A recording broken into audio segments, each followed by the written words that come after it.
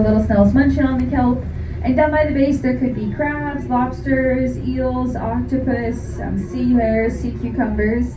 We'll go by the kelp forest pretty much all throughout the trip, and it will switch sides. So as we do, just keep your eyes peeled, keep looking in the leaves for anything.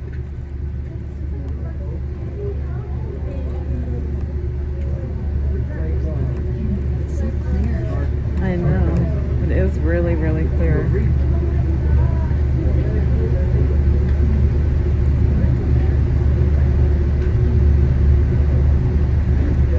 And then the brown fish that has a silver checkered pattern along its back, it's a calico bass or kelp bass.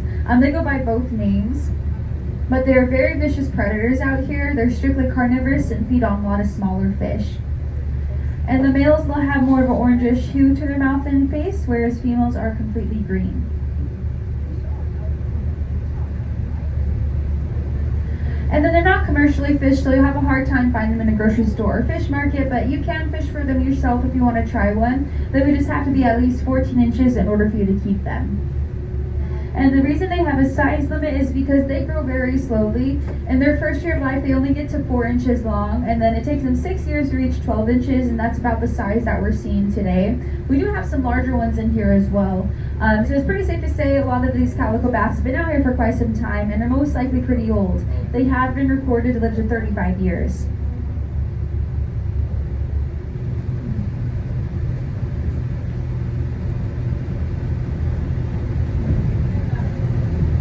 Alright, we're getting closer to the second feeding spot. It's going to be a bit deeper here, closer to 35 to 40 feet deep. It's kind of harder to see the bottom.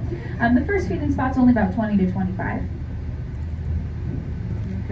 And there's going to be a lot more calico bass at this spot compared to the last. And that's just because this is a brand new group of fish.